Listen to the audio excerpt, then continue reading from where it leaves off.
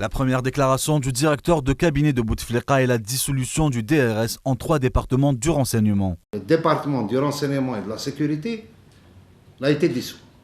C'est une restructuration des directions générales, direction générale de la sécurité intérieure, direction générale de la documentation et de la sécurité extérieure, direction générale du renseignement technique.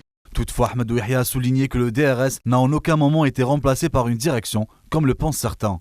Un conseiller auprès du président de la République, chargé de la coordination des services de sécurité rattachés à la présidence.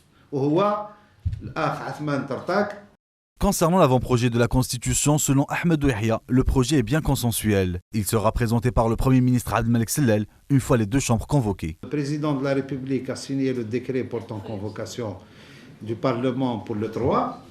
Et dès lors que le Parlement est convoqué, maintenant c'est au Parlement d'organiser ses travaux et d'arrêter la date à laquelle il votera la révision. Le secrétaire général du RND n'a pas manqué de fustiger l'attitude de l'opposition, appelle l'orateur à cesser ce genre d'exercice. Selon Yahya, le consensus a été réalisé avec ceux qui ont pris part aux consultations dans ce sens. On peut attendre des accords, c'est tout à fait normal.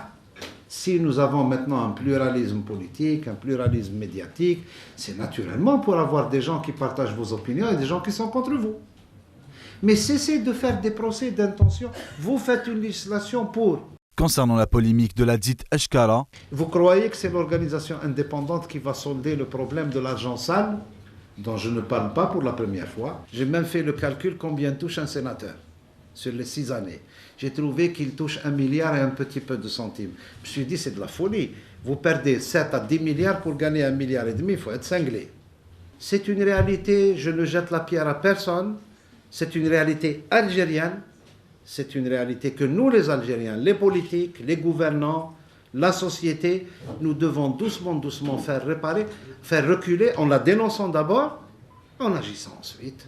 À propos de la chute brutale des prix du baril de pétrole, Ahmadou Yahya pense que l'Algérie a encore des atouts qui jouent en sa faveur. Et en tout enthousiasme, le directeur du cabinet Ahmadou Yahya juge le bilan du chef de l'État comme étant positif tant sur les pouvoirs que sur les institutions.